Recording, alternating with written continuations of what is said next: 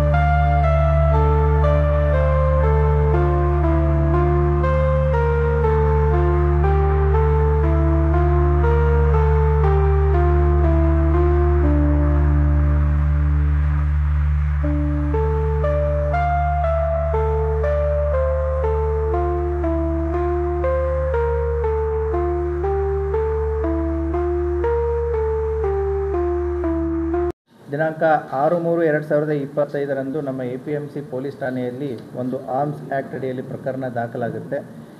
Crime number 22/25 sections 25A ಮತ್ತು 1A ಮತ್ತು 29B A and B ಅಡಿಯಲ್ಲಿ ಪ್ರಕರಣ ದಾಖಲು ಮಾಡಿಕೊಂಡು ಆರೋಪಿಯಾದಂತಹ ನಯೀಮ್ ಶಿರಾಜ್ ಶಾಮಣ್ಣವರ್ ಈತನನ್ನು ಕಸ್ಟಡಿಗೆ ತಗೊಂಡು ನಾವು ವಿಚಾರಣೆ ಒಳಪಡಿಸಿದಾಗ ಆತನ ಹತ್ರ ಕಂಟ್ರಿ ಪಿಸ್ತೂಲ್ ಇರುವಂತಹ ಬಗ್ಗೆ ಮಾಹಿತಿ ಇರುತ್ತೆ. ಸೊ ಆತನ ಹತ್ರ ಒಂದು ಕಂಟ್ರಿ ಪಿಸ್ತೂಲ್ ಸಿಗುತ್ತೆ. ಆತನು ಕೊಟ್ಟದಂಥ ಮಾಹಿತಿ ಆಧಾರದ ಮೇಲೆ ಇನ್ನೂ ಇಬ್ಬರು ಆರೋಪಿತರಾದಂತಹ ನಿಹಾಲ್ ತಾಂಬೋಳಿ 25 ವರ್ಷ, ಭವಾನಿನಗರ, ವಿಜಯಪುರ, ಈತನ ಹತ್ರ 3 ಕಂಟ್ರಿ ಪಿಸ್ತೂಲು ಮತ್ತು 4 ಸಜೀವ ಗುಂಡುಗಳು, ಮತ್ತು ಸಿದ್ದು ಮೂಡಲ್ಗಿ 29 ವರ್ಷ, ಯೋಗಾಪುರ ಕಾಲನಿ, ವಿಜಯಪುರ, ಈತನ ಹತ್ರ 1 ಕಂಟ್ರಿ ಪಿಸ್ತೂಲು ಮತ್ತು 1 ಸಜೀವ ಗುಂಡು.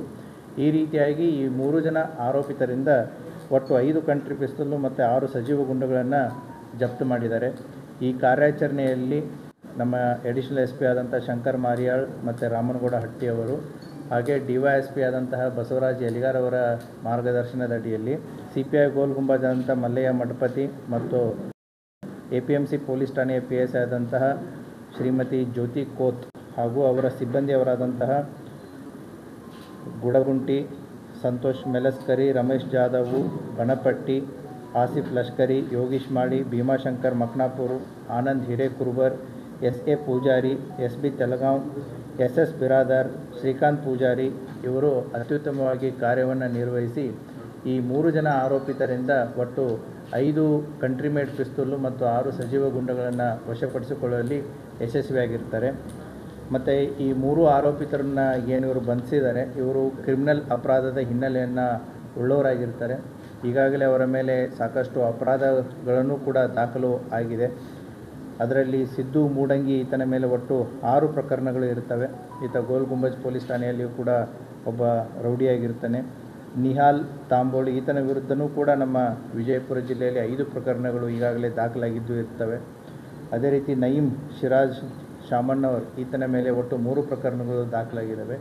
ಈ ರೀತಿ ಅಪರಾಧಿಕ ಹಿನ್ನೆಲೆಯನ್ನು ಉಳಿದಂಥ ಈ ವ್ಯಕ್ತಿಗಳು ಒಂದು ಗುಂಪನ್ನು ಕಟ್ಟಿಕೊಂಡು ಒಂದು ರೀತಿ ಈ 3 ಜನ ಆರೋಪಿತರಿಂದ ಒಟ್ಟು 5 ಕಂಟ್ರಿ ಮೇಡ್ ಪಿಸ್ತೂಲು ಮತ್ತು 6 ಸಜೀವ ಗುಂಡುಗಳನ್ನು ವಶಪಡಿಸಿಕೊಳ್ಳುವಲ್ಲಿ ಯಶಸ್ವಿಯಾಗಿರ್ತಾರೆ. ಮತ್ತು ಈ 3 ಆರೋಪಿತರನ್ನ ಏನು ಇವರು ಬಂಧಿಸಿದ್ದಾರೆ, ಇವರು ಕ್ರಿಮಿನಲ್ ಅಪರಾಧದ ಹಿನ್ನೆಲೆಯನ್ನು ಉಳ್ಳವರಾಗಿರ್ತಾರೆ. ಈಗಾಗಲೇ ಅವರ ಮೇಲೆ ಸಾಕಷ್ಟು ಅಪರಾಧಗಳನ್ನು ಕೂಡ ದಾಖಲು ಆಗಿದೆ.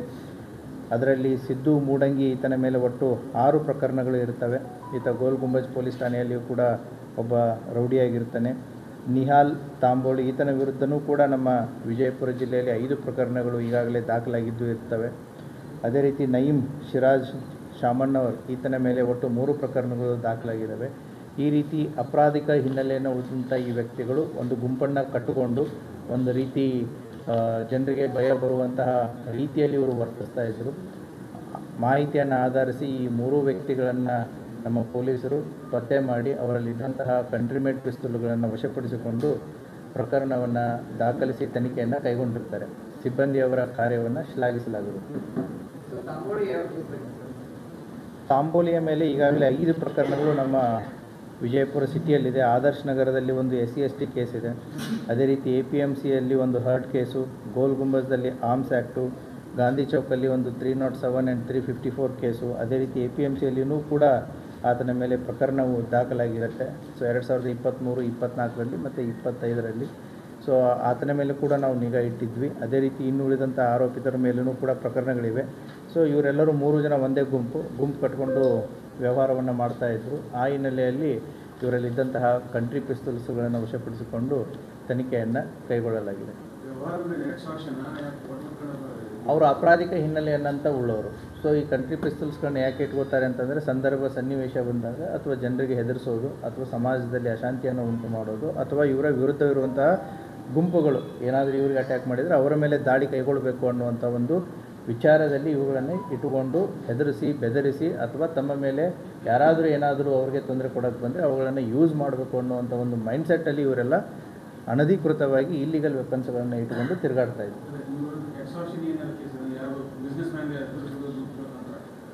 ಇವ್ರದ್ದು ರೌಡಿ ಆ್ಯಕ್ಟಿವಿಟೀಸ್ ಇದೆ. ನೀವು ಹೇಳಿದಾಗೆ ಬಿಸ್ನೆಸ್ ಮ್ಯಾನ್ ಎಕ್ಸ್ಟಾರ್ಷನ್ ಕೇಸ್ ಯಾವುದು ಬುಕ್ ಆಗಿಲ್ಲ. Thank you.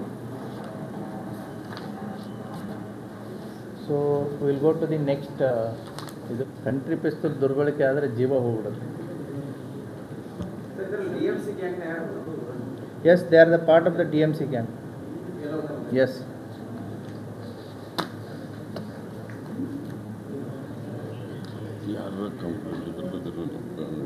ಮತ್ತು ಯಾರಾದರೂ ಸಾರ್ವಜನಿಕರು ಇವರಿಂದ ತೊಂದರೆಗೊಳಗಾಗಿದ್ದಲ್ಲಿ ಅಥವಾ ಸಾರ್ವಜನಿಕರು ಇವರಿಂದ ಅನ್ಯಾಯಕ್ಕೊಳಗಾಗಿದ್ದಲ್ಲಿ ದಯವಿಟ್ಟು ಮುಂದೆ ಬನ್ನಿ. ಪೊಲೀಸ್ ಇಲಾಖೆ ಇವರ ಮೇಲೆ ಶಿಸ್ತು ಕ್ರಮವನ್ನು ಕಾನೂನುಬದ್ಧವಾಗಿ ತೆಗೆದುಕೊಳ್ಳುತ್ತೆ. Madhya Pradesh same again the supplies from Madhya Pradesh. ಇಲ್ಲ, ಈ ವ್ಯಕ್ತಿ ಹೆಸರು ಬೇರೆ ಇದೆ. ಸೊ ಅದು ಫರ್ದರ್ ಇನ್ವೆಸ್ಟಿಗೇಷನ್ದಲ್ಲಿ ಇದು.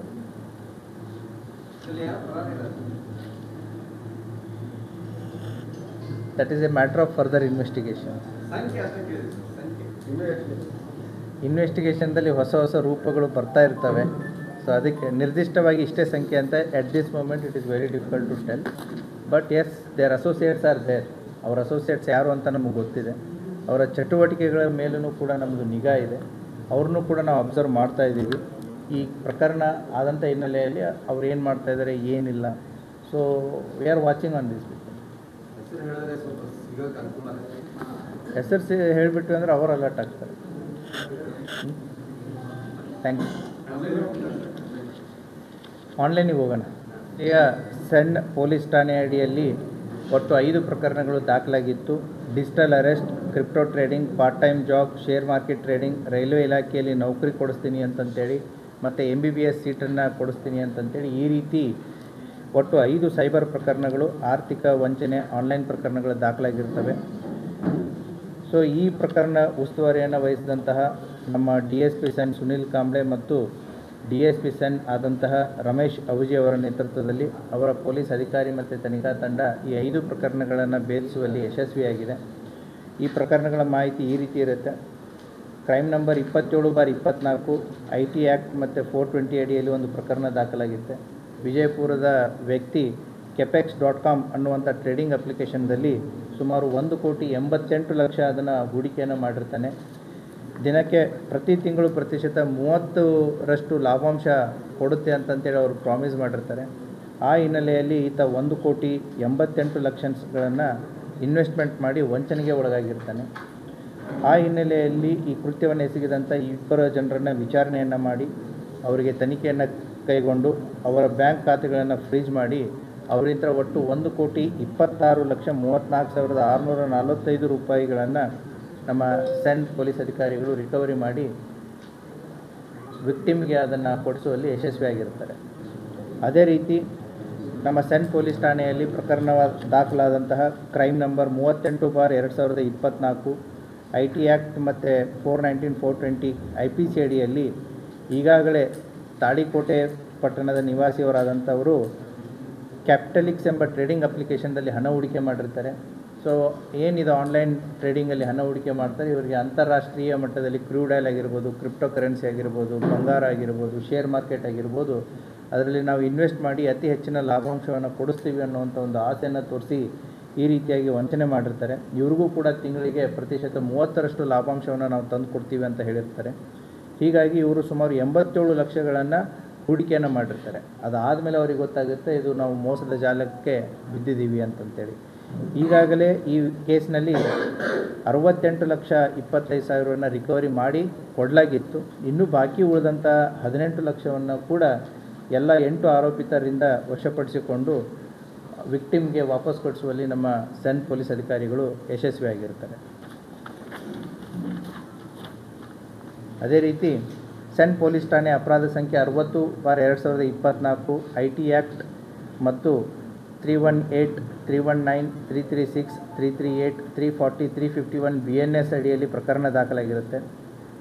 ಇಲ್ಲಿ ಒಟ್ಟು 13 ಜನ ಅಮಾಯಕರಿಗೆ ರೈಲ್ವೆ ಇಲಾಖೆಯಲ್ಲಿ ನೌಕರಿ ಕೊಡಿಸ್ತೀವಿ ಅಂತಂತ ಹೇಳಿ ಜಾರ್ಖಂಡ್ ಮತ್ತು ದೆಹಲಿ ರಾಜ್ಯದ ಆರೋಪಿತರೊಂದಿಗೆ ಬಬಲೇಶ್ವರ ತಾಲೂಕಿನ ನಾಗರಾಳ್ ಗ್ರಾಮದ ಸಿಕಂದರ್ ಮೊಹಮ್ಮದ್ ಬಸರ್ಗಿ ಅನ್ನುವಂಥ ವ್ಯಕ್ತಿ ಈ 13 ಜನಕ್ಕೆ ಸುಮಾರು 1,61,00,000 ಮೋಸ ಮಾಡಿರ್ತಾರೆ. ಇವರಿಗೆ ಹಣ ಪಡೆದುಕೊಂಡು ನಕಲಿ ತರಬೇತಿ ಆದೇಶ ಪತ್ರವನ್ನು ಇಮೇಲ್ ಮತ್ತು ಪೋಸ್ಟ್ ಮೂಲಕ ಕಳುಹಿಸಿ, ಅಷ್ಟೇ ಅಲ್ಲದೆ ಜಾರ್ಖಂಡ್ ರಾಜ್ಯದ ರಾಂಚಿ ಸಮೀಪದ ಹಟ್ಟಿ ಎನ್ನುವಂಥ ಪಟ್ಟಣಕ್ಕೆ ಕರ್ಕೊಂಡು ಹೋಗಿ ಅವರಿಗೆ ನಕಲಿ ತರಬೇತಿಯನ್ನು ಕೂಡ ಕೊಟ್ಟಿರ್ತಾರೆ. ನಕಲಿ ಆದೇಶ ಪತ್ರವನ್ನು ಕಳುಹಿಸಿ ರೈಲ್ವೆ ಇಲಾಖೆಯಲ್ಲಿ ಟಿಕೆಟ್ ಕಲೆಕ್ಟರಾಗಿ ನಾವು ನಿಮ್ಮನ್ನು ಅಪಾಯಿಂಟ್ಮೆಂಟ್ ಕೊಡುತ್ತೀವಿ ಅಂತಂತ ಹೇಳಿ ಅವರನ್ನು ಎಲ್ಲ ದಾಖಲಾತಿಗಳನ್ನ ಪಡೆದುಕೊಂಡು ರೈಲ್ವೆ ಇಲಾಖೆ ನಕಲಿ ID ಕಾರ್ಡನ್ನು ಕೂಡ ಇವರಿಗೆ ಮಾಡಿಸ್ಕೊಟ್ಟಿರ್ತಾರೆ. ಸುಮಾರು 3-4 ತಿಂಗಳಾದಮೇಲೆ ಗೊತ್ತಾಗುತ್ತೆ ಇವರು ಮೋಸ ಮಾಡ್ತಾಯಿದ್ದಾರೆ ಅಂತಂತೇಳಿ. ಸೊ ಇವರು ಪ್ರಶ್ನೆ ಮಾಡಿದಾಗ ರೈಲ್ವೆ ಇಲಾಖೆಯಲ್ಲಿ ನೌಕರಿ ಕೊಡಿಸ್ತೀನಿ ಅನ್ನೋರನ್ನ CBIನವರು ಅರೆಸ್ಟ್ ಮಾಡಿದ್ದಾರೆ, ಇನ್ಮೇಲೆ ನಿಮಗೆ ನೌಕರಿ ಸಿಗಲ್ಲ ಹೋಗಿ ಅಂತ ಅವ್ರನ್ನ ಕಳಿಸ್ಕೊಟ್ಬಿಡ್ತಾರೆ. ಸೊ ಆ ಹಿನ್ನೆಲೆಯಲ್ಲಿ ಈ ಮೀಡಿಯೇಟರ್ ಆದಂತಹ ಬಬಲೇಶ್ವರ ತಾಲೂಕಿನ ನಾಗರಾಳ್ ಗ್ರಾಮದ ಸಿಕಂದರ್ ಮೊಹಮ್ಮದ್ ಬಸರ್ಗಿ ಅನ್ನುವಂಥನಿಂದ ಸುಮಾರು 45 ಲಕ್ಷ ರೂಪಾಯಿಗಳನ್ನು ವಶಪಡಿಸಿಕೊಳ್ಳಲಾಗಿದೆ. ಅದೇ ರೀತಿ ಇನ್ನುಳಿದ ಆರೋಪಿತರಾದಂತಹ ದೆಹಲಿ ಮತ್ತು ಜಾರ್ಖಂಡ್ ಮೂಲದ ಆರೋಪಿತರ ಪತ್ತೆ ಕಾರ್ಯ ಮುಂದುವರಿತಾ ಇದೆ. 4ನೇ ಪ್ರಕರಣ ನಮ್ಮ ಸೆನ್ ಪೊಲೀಸ್ ಠಾಣೆಯ ಅಪರಾಧ ಸಂಖ್ಯೆ 34/24 IT ಆ್ಯಕ್ಟ್ ಮತ್ತು 318, 319 BNS ಅಡಿಯಲ್ಲಿ ವಿಜಯಪುರ ನಗರದ ವ್ಯಾಪಾರಿಯೊಬ್ಬರಿಗೆ ದ ಆಪ್ಟಾ ಟ್ರೇಡಿಂಗ್ ಆ್ಯಪ್ ಅನ್ನುವಂಥದ್ರಲ್ಲಿ ಇನ್ವೆಸ್ಟ್ಮೆಂಟ್ ಮಾಡಿಸಿ ಇವರಿಗೆ ಪ್ರತಿ ದಿವಸ 4% ನಾವು ಲಾಭಾಂಶ ಕೊಡ್ತೀವಿ ಅಂತಂತೇಳಿ ಆಸೆಯನ್ನು ತೋರಿಸಿರ್ತಾರೆ. ಅವರು ಹಾಕದಂಥ ದುಡ್ಡನ್ನು ನಾವು ಅಂತಾರಾಷ್ಟ್ರೀಯ ಮಟ್ಟದ ಕರೆನ್ಸಿ ಡಾಲರು ಮತ್ತು ಶೇರ್ ಮಾರ್ಕೆಟು ಮತ್ತು ಆಯಿಲ್ ಟ್ರೇಡಿಂಗು ಸೊ ಇವುಗಳಲ್ಲಿ ಇನ್ವೆಸ್ಟ್ಮೆಂಟ್ ಮಾಡಿ ಅತಿ ಹೆಚ್ಚಿನ ಲಾಭಾಂಶವನ್ನು ಕೊಡ್ತೀವಿ ಅನ್ನೋ ಒಂದು ಆಸೆಯನ್ನು ತೋರಿಸಿ ಅವರಿಂದ ಸುಮಾರು 2 ಕೋಟಿಯಷ್ಟು ಹಣವನ್ನು ಹಾಕಿಸ್ಕೊಂಡಿರ್ತಾರೆ. ಈಗಾಗಲೇ ಆರೋಪಿತರಿಂದ 38 ಲಕ್ಷವನ್ನು ರಿಕವರಿ ಮಾಡಲಾಗಿತ್ತು. ಅದೇ ತನಿಖೆಯನ್ನು ಮುಂದುವರಿಸಿ ಇನ್ನೂ 32 ಲಕ್ಷ ರೂಪಾಯಿಯಷ್ಟು ರಿಕವರಿಯನ್ನು ಮಾಡಲಾಗಿದೆ. ಒಟ್ಟು ಈ ಪ್ರಕರಣದಲ್ಲಿ 70 ಲಕ್ಷದಷ್ಟು ರಿಕವರಿ ಆಗಿದೆ. ಪ್ರಕರಣ ಇನ್ನೂ ಕೂಡ ತನಿಖೆಯಲ್ಲಿ ಮುಂದುವರಿತಾ ಇದೆ. ಕೊನೆಯದಾಗಿ ಬಸವನ ಬಾಗೇವಾಡಿ ಪೊಲೀಸ್ ಠಾಣೆ ಅಪರಾಧ ಸಂಖ್ಯೆ 265/2022 ಅಂಡರ್ ಸೆಕ್ಷನ್ 408, 409, 417, 420 IPC ಅಡಿಯಲ್ಲಿ ಪ್ರಕರಣ ದಾಖಲಾಗಿರುತ್ತೆ. 2021-22ರಲ್ಲಿ ಶೋಯಬ್ ಅಹಮದ್ ಕೊರುಬು ಅನ್ನೋರು ಬಸವನ ಬಾಗೇವಾಡಿ ಇವರ ಮಗನಿಗೆ ನೀಟ್ ಎಕ್ಸಾಮ್ನಲ್ಲಿ ಅರ್ಹತೆ ಇಲ್ಲದೇ ಇದ್ದರೂ ಕೂಡ ಅವರಿಗೆ MBBS ಸೀಟ್ ಕೊಡಿಸ್ತೀವಿ ಅಂತಂತ ಹೇಳಿ ಒಟ್ಟು ಅವರಿಂದ 39,65,000 ದುಡ್ಡನ್ನು ತೊಗೊಂಡಿರ್ತಾರೆ. ಆರೋಪಿತರಾದಂತಹ ಶಂಶುದ್ದೀನ್ ಕಕ್ಕೇರಿ ವಿಜಯಪುರ ಮತ್ತು ಮೊಹಮ್ಮದ್ ಅಕೀಬ್ ಜಾವೀದ್ ಅಂತ ಏನಿದ್ದಾನೆ ಇವನು ಕಲಬುರಗಿಯವನು, ಈತ ವಿದೇಶಕ್ಕೆ ಹೋಗಿರ್ತಾನೆ. ಲುಕೌಟ್ ನೋಟಿಸನ್ನು ಜಾರಿ ಮಾಡಲಾಗಿ ಆರೋಪಿತನಿಂದ ಮುಂಬೈ ಏರ್ಪೋರ್ಟ್ನಲ್ಲಿ ಆತನನ್ನು ವಶಪಡಿಸಿಕೊಂಡು ದಸ್ತಗಿರಿ ಮಾಡಿ ಕರೆತರಲಾಗಿರುತ್ತೆ. ಈ ಇಬ್ಬರು ಆರೋಪಿತರಿಂದ ಸುಮಾರು 26,56,000 ರಿಕವರಿ ಮಾಡಿ ಈಗಾಗಲೇ ವಿಕ್ಟಿಮ್ಗೆ ಕೊಡಲಾಗಿದೆ. ತಪ್ಪಿಸ್ಕೊಂಡಂತಹ ಇನ್ನೊಬ್ಬ ಆರೋಪಿಗೋಸ್ಕರ ತನಿಖೆ ನಡೀತಾ ಇದೆ. ಹೀಗೆ ಒಟ್ಟು 5 ಆನ್ಲೈನ್ ವಂಚನೆ ಮತ್ತು ವಂಚನೆ ಪ್ರಕರಣಗಳಲ್ಲಿ ನಮ್ಮ ವಿಜಯಪುರದ ಸೆನ್ ಪೊಲೀಸ್ ಠಾಣೆಯ DYSP ಆದಂಥ ಸುನಿಲ್ ಕಾಂಬ್ಳೆ ಮತ್ತು ಇನ್ಸ್ಪೆಕ್ಟರ್ ಆದಂತಹ ರಮೇಶ್ ಔಜಿ ಅವರು ಮತ್ತು ಅವರ ಸಿಬ್ಬಂದಿ ವರ್ಗದವರೆಲ್ಲ ಸೇರಿ ಸುಮಾರು 2,47,84,645 ರೂಪಾಯಿಗಳನ್ನು ವಶಪಡಿಸಿಕೊಂಡು ಮೋಸಕ್ಕೆ ಒಳಗಾದಂಥ ಜನರಿಗೆ ಒದಗಿಸಿಕೊಡುವಲ್ಲಿ ಪ್ರಮುಖ ಪಾತ್ರವನ್ನು ವಹಿಸಿರ್ತಾರೆ. ಅವರ ಕಾರ್ಯವನ್ನು ಮತ್ತು ಅವರ ಸಿಬ್ಬಂದಿಯ ಕಾರ್ಯವನ್ನು ಬಹಳ ಶ್ಲಾಘಿಸಲಾಗುತ್ತೆ ಮತ್ತು ಇದೇ ರೀತಿ ಕೂಡ ಅವರ ಕಾರ್ಯವನ್ನು ಮುಂದುವರಿಸಲಿ ಅಂತಂತೇಳಿ ತಿಳಿಸಲಾಗ್ತಾ ಇದೆ. ಮತ್ತು ಅಷ್ಟೇ ಅಲ್ಲದೆ ವಿಜಯಪುರ ನಗರ ಮತ್ತು ಜಿಲ್ಲೆಯಾದ್ಯಂತ ಮೊಬೈಲ್ಗಳನ್ನು ಕಳ್ಕೊಂಡವರಿಗೆ ಈಗ CEIR ಪೋರ್ಟಲ್ ಅಂತ ಇದೆ. ಆ CEIR ಪೋರ್ಟಲ್ದಲ್ಲಿ ಅದಕ್ಕೆ ಸಂಬಂಧಪಟ್ಟಂಥ ಮಾಹಿತಿಯನ್ನು ನೀವು ಅಪ್ಡೇಟ್ ಮಾಡಿದರೆ ತಮ್ಮ ಮೊಬೈಲ್ ನಂಬರನ್ನು ಇನ್ನೊಬ್ಬರು ಯೂಸ್ ಮಾಡೋಕ್ಕಾಗಲ್ಲ. ಸೊ ಅವರೇನಾದರೂ ಯೂಸ್ ಮಾಡಿದರೆ ಅದರದ್ದು ಮಾಹಿತಿ ನಮಗೆ ಗೊತ್ತಾಗುತ್ತೆ. ಆ ಹಿನ್ನೆಲೆಯಲ್ಲಿ 5 ಮೊಬೈಲ್ ವರ್ತ್ 1,12,000 ಮೊಬೈಲ್ಗಳನ್ನು ಕೂಡ ವಶಪಡಿಸಿಕೊಳ್ಳಲಾಗಿದೆ. ಈ ಮೇಲ್ಕಂಡ ಪ್ರಕರಣಗಳಲ್ಲಿ ಪತ್ತೆ ಮಾಡಿದಂತಹ ಎಲ್ಲ ಅಧಿಕಾರಿ ಸಿಬ್ಬಂದಿ ವರ್ಗದವರಿಗೆ ಅಪ್ರಿಷಿಯೇಟ್ ಜೊತೆಗೆ ಬಹುಮಾನವನ್ನು ಕೂಡ ಕೊಡಲಾಗುತ್ತೆ. ಸೊ ಈಗಾಗಲೇ ಈ ಸೈಬರ್ ಕ್ರೈಮಿಗೆ ಸಂಬಂಧಪಟ್ಟಂತೆ ಜನರಿಗೆ ಹೇಳೋದೇನು ಅಂತಂತಂದರೆ, ಸೊ ತಾವು ಮೋಸಕ್ಕೆ ಒಳಗಾಗಬೇಡಿ ಅನ್ನೋದು ಫಸ್ಟು. ಸೊ ಸಾಕಷ್ಟು ರೀತಿಯಾದಂತಹ ಸಾಕಷ್ಟು ವಿಧದ ರೀತಿಯಲ್ಲಿ ಯಾವ್ಯಾವ ರೀತಿಯಲ್ಲಿ ಜನ ಮೋಸ ಮಾಡ್ತಾರೆ ಅನ್ನೋದಿದೆ. ಸೊ ಅತಿ ಹೆಚ್ಚಿನ ಲಾಭಾಂಶಕ್ಕೆ ಸಿಗುತ್ತೆ ಅನ್ನೋವಂಥ ಒಂದು ದುರಾಸೆಗೆ ಒಳಗಾಗಿ ಜನ ಇನ್ವೆಸ್ಟ್ ಮಾಡ್ತಾರೆ. ದಯವಿಟ್ಟು ಆ ರೀತಿ ಮಾಡೋಕ್ಕೆ ಹೋಗಬೇಡಿ. ಒಂದು ಪ್ರಿಕಾಷನ್ ಈಸ್ ಮೋರ್ ಇಂಪಾರ್ಟೆಂಟು. ಎರಡನೇದಾಗಿ ಆ ರೀತಿ ತಾವು ವಂಚನೆಗೆ ಒಳಗಾದಾಗ ಇಮಿಡಿಯೇಟ್ಲಿ ಹತ್ತಿರದ ಪೊಲೀಸ್ ಠಾಣೆಗೆ ಹೋಗಿ ಇಮಿಡಿಯೇಟ್ಲಿ ಕಂಪ್ಲೇಂಟನ್ನು ಕೊಡಿ. ಇಲ್ಲ 1930 ಅಂತಂತೇಳಿ ನಮ್ಮದೇನು ಪೋರ್ಟಲ್ ಇದೆ, ಆ ಪೋರ್ಟಲ್ಗೆ ತಾವು ಫೋನ್ ಮಾಡಿ ಕರೆ ಮಾಡಿ ಅವ್ರು ಕೇಳುವಂಥ ಎಲ್ಲ ಮಾಹಿತಿಯನ್ನು ಕೊಟ್ಟಿದ್ದೇ ಆಗಿದ್ದಲ್ಲಿ ಅದು ಕೂಡ ಹತ್ತಿರದ ಪೊಲೀಸ್ ಠಾಣೆಗೆ ಮಾಹಿತಿ ಬಂದು ಸೈಬರ್ ಪ್ರಕರಣವನ್ನು ದಾಖಲು ಮಾಡಿ ತನಿಖೆಯನ್ನು ಕೈಗೊಳ್ಳಲಾಗುವುದು. ಅದರಿಂದ ಸೈಬರ್ ಅಪರಾಧಗಳನ್ನು ತಡೆಗಟ್ಟೋದು ಎಷ್ಟು ಮುಖ್ಯ ಇದೆಯೋ ಅದೇ ರೀತಿ ಕೂಡ ಸೈಬರ್ ಅಪರಾಧಗಳಾದಾಗ ಅದನ್ನು ರಿಪೋರ್ಟ್ ಮಾಡಿ ಪೊಲೀಸ್ ಇಲಾಖೆ ಜನರನ್ನ ಮೋಸಕ್ಕೆ ಒಳಗಾಗೋದನ್ನು ತಡೆಗಟ್ಟೋದಕ್ಕೆ ಮತ್ತು ಮೋಸಕ್ಕೆ ಒಳಗಾದವ್ರನ್ನ ಕಂಪ್ಲೇಂಟನ್ನು ತೊಗೊಂಡು ತನಿಖೆ ಮಾಡಿ ಅವರಿಗೆ ನ್ಯಾಯವನ್ನು ಕೊಡಿಸುವಂಥ ಕಾರ್ಯವನ್ನು ಮಾಡ್ತಾಯಿದೆ. Thank you.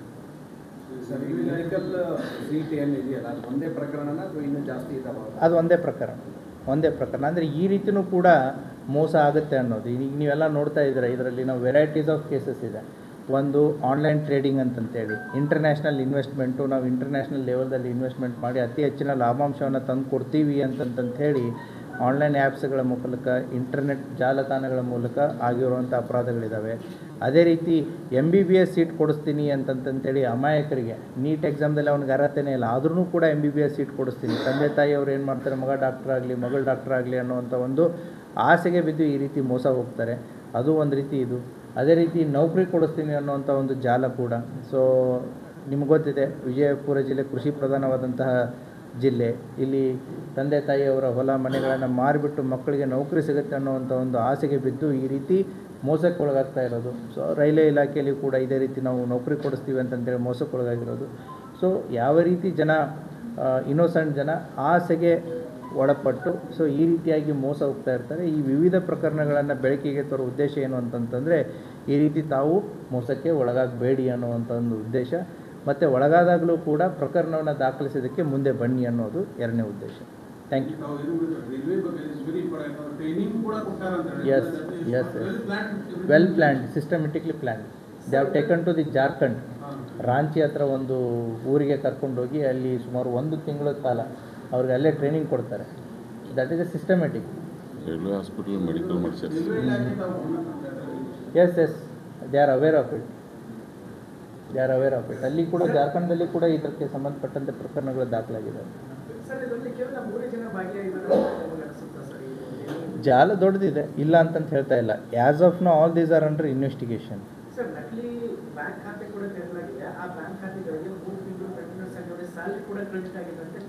ಕರೆಕ್ಟು. ಅವ್ರಿಗೆ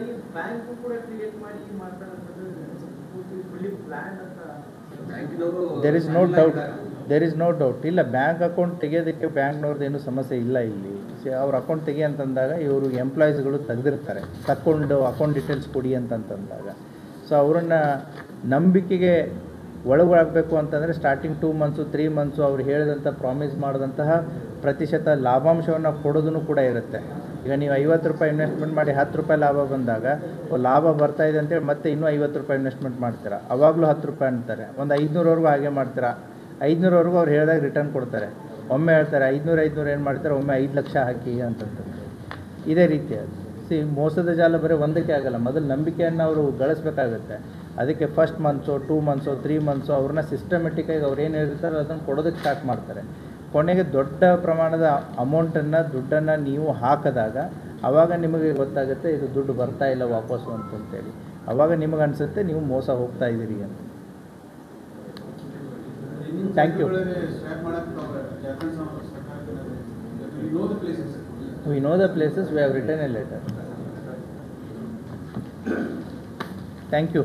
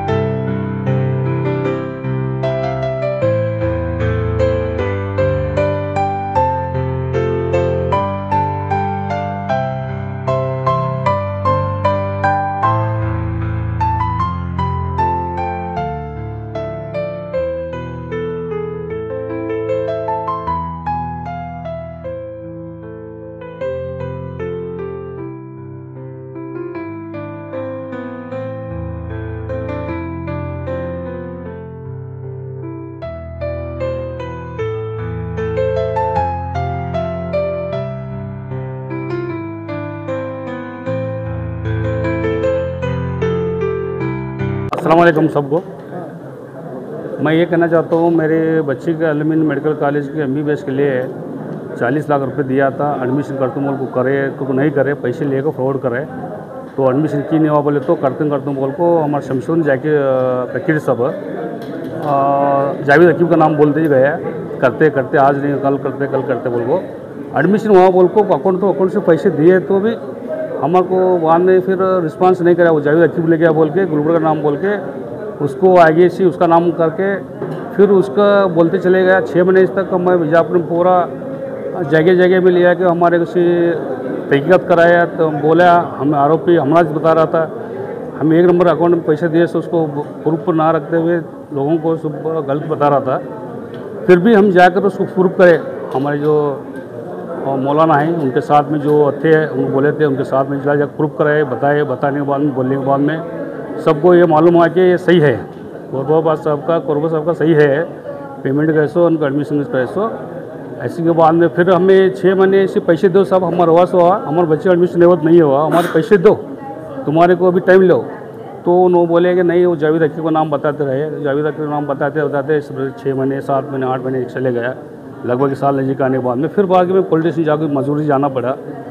जाकर उसको कंप्लीट करने के बाद में फिर ऐसा तहकीकात चलने से बाद में हमारे SP साहब से जाने, SP साहब बहुत कोऑपरेट करे। हमारा केस जो भागीडी बनता बिलाकर बीजापुर में SN police station cyber branch Ramesh Jagdish साहब को, रमेश आहूजी सर को बुलाकर वो केस हैंडल कराया SP साहब।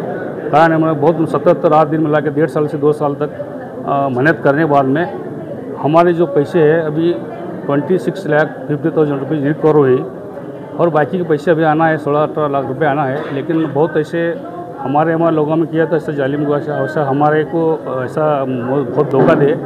फिर भी आने वाले इसमें लोगों से वो गुजारिश है कि थोड़ा होशियार मेरे को जब करो बोल के बोलेगा। 40 लाख दिए टोटल अमाउंट, अभी आए तो 26,50,000 आया। अभी आरोपी जो आउट ऑफ कंट्री भेजे थे ना सऊदी में, अकीब जावेद है, उसे हम लेकर आए उसे सारा एयरपोर्ट बेंगलोर बॉम्बे में से लेकर आकर अब अंदर है। फिर लोग 4 महीने वो अंदर है।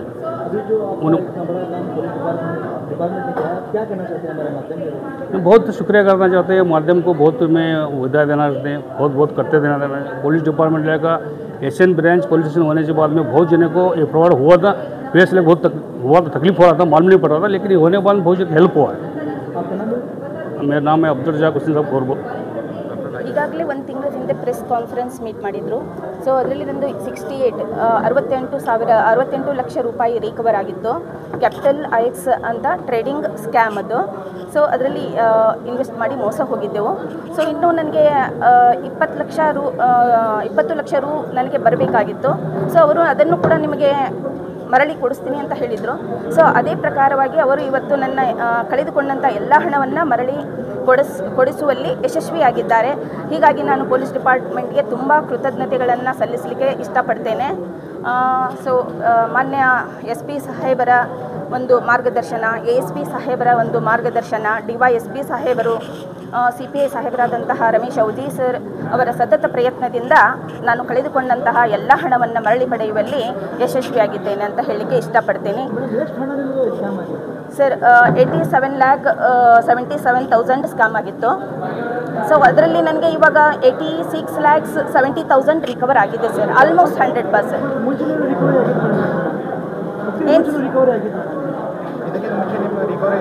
ಹಾಂ ಸರ್, 68,000 ಆಗಿತ್ತು. ಸೊ ಇವಾಗ ರಿಮೈನಿಂಗ್ ಅಮೌಂಟ್ ಎಲ್ಲ ರಿಕವರ್ ಆಗಿದೆ. ಆರೋಪಿ ಕಡೆಯಿಂದ ಅಮೌಂಟ್ ಹಾಕ್ಸ್ಕೊಂಡಿದ್ದಾರೆ, ನನ್ನ ಅಕೌಂಟ್ಗೆ ಹಾಕ್ಸಿದ್ದಾರೆ ಸರ್. ಒಂದಿಷ್ಟು ಫ್ರೀಸ್ ಆಗಿತ್ತು, ಅಕೌಂಟ್ನಲ್ಲಿ ಫ್ರೀಸ್ ಆಗಿತ್ತು, ಅದು ಕೂಡ ಬಂದಿದೆ. ಆರೋಪಿ ಕಡೆಯಿಂದ ಅಮೌಂಟ್ ಕೂಡ ಹಾಕ್ಸಿದ್ದಾರೆ. ಸರ್, ನಾನು ಕೈಟ್ ಜೀರೋದಾ ಅಂತ ಒಂದು ಪ್ಲ್ಯಾಟ್ಫಾರ್ಮ್ ಇದೆ ಟ್ರೇಡಿಂಗ್. ಸೊ ಅದರಲ್ಲಿ ಇನ್ವೆಸ್ಟ್ಮೆಂಟ್ ಮಾಡ್ತಿದ್ದೆ. ಅದರಲ್ಲಿ ತುಂಬ ಚೆನ್ನಾಗಿ ಪ್ರಾಫಿಟ್ ಕೂಡ ಇದೆ ನನಗೆ. ನಾನು ಅದು ಹೀಗೆ ಇನ್ನೊಬ್ಬರ ಸಲಹೆಯಿಂದ ಈ ಕ್ಯಾಪಿಟಲ್ IX ಅಂತ ಇದರಲ್ಲಿ ಇನ್ವೆಸ್ಟ್ ಮಾಡಿದರೆ ಒಳ್ಳೆಯ ಒಂದು ಲಾಭಾಂಶ ಬರುತ್ತೆ ಅಂತ ಹೇಳಿದರು. ಸೊ ಅದರಲ್ಲಿ ಇನ್ವೆಸ್ಟ್ಮೆಂಟ್ ಮಾಡ್ತಾ ಅದು ಸ್ಕ್ಯಾಮ್ ಅಂತ ಗೊತ್ತಾಯಿತು. ಸೊ ನಾವಾಗ ಅದು ಪೇಪರ್ ಟ್ರೇಡಿಂಗ್ ನೋಡ್ಕೊಂಡ್ಬಿಟ್ಟು ಇದು ಸ್ಕ್ಯಾಮ್ ಇದೆ, ಇದರಲ್ಲಿ ಹೋಗಬಾರ್ದು ಅಂತ ಗೊತ್ತಾಗಿ ನಾನು ಕಂಪ್ಲೇಂಟ್ ಮಾಡಿ 1930ಗೆ ಕಂಪ್ಲೇಂಟ್ ಮಾಡಿ ಸೊ ಇವಾಗ ನಾನು ಮರಳಿ ನನ್ನ ಎಲ್ಲ ಹಣವನ್ನು ವಾಪಸ್ ಪಡೆದಿದ್ದಕ್ಕೆ ತುಂಬ ಹರ್ಷವನ್ನು ವ್ಯಕ್ತಪಡಿಸ್ತೇನೆ. ಎಲ್ಲ ಮಾಧ್ಯಮ ಸಮುದಾಯದವರಿಗೂ ಕೂಡ ನನ್ನ ತುಂಬ ಧನ್ಯವಾದಗಳು. ನಾನು ಲಾಸ್ಟ್ ಟೈಮ್ ಕೂಡ ಹೇಳಿದ್ದೆ, ಪೊಲೀಸ್ ಡಿಪಾರ್ಟ್ಮೆಂಟ್ ನನ್ನ ಈ ಒಂದು ಸಿಚುವೇಶನ್ದಲ್ಲಿ ಅವಾಗೂ ಕೂಡ ಹೇಳಿದ್ದೆ, ಆಪತ್ಕಾಲದಲ್ಲಿ ಆಪತ್ ಬಾಂಧವರು ಅಂತ. ನಮಗೆ ತುಂಬ ಕಷ್ಟ ಇದ್ದಾಗ ಈ ರೀತಿ ಕಳೆದುಕೊಂಡಂಥ ಹಣ ಮರಳಿ ಬಂದಾಗ ಎಷ್ಟು ಖುಷಿ ಆಗುತ್ತೆ. ಒಂದು ಥರ ಏನಂದರೆ ಹೋದ ಜೀವ ಮರಳಿ ಬಂದ ಹಾಗೆ ಅಲ್ವಾ. ಹಾಗೆ ಅವರಿಗೆ ಎಷ್ಟು ಕೃತಜ್ಞತೆ ಸಲ್ಲಿಸಿದ್ರು ಕೂಡ ಕಮ್ಮಿನೇ. ರಾಜಕನ್ಯಾ ಕೋಮಳ್ಳಿ, ತಾಳಿಕೋಟೆ ಸರ್.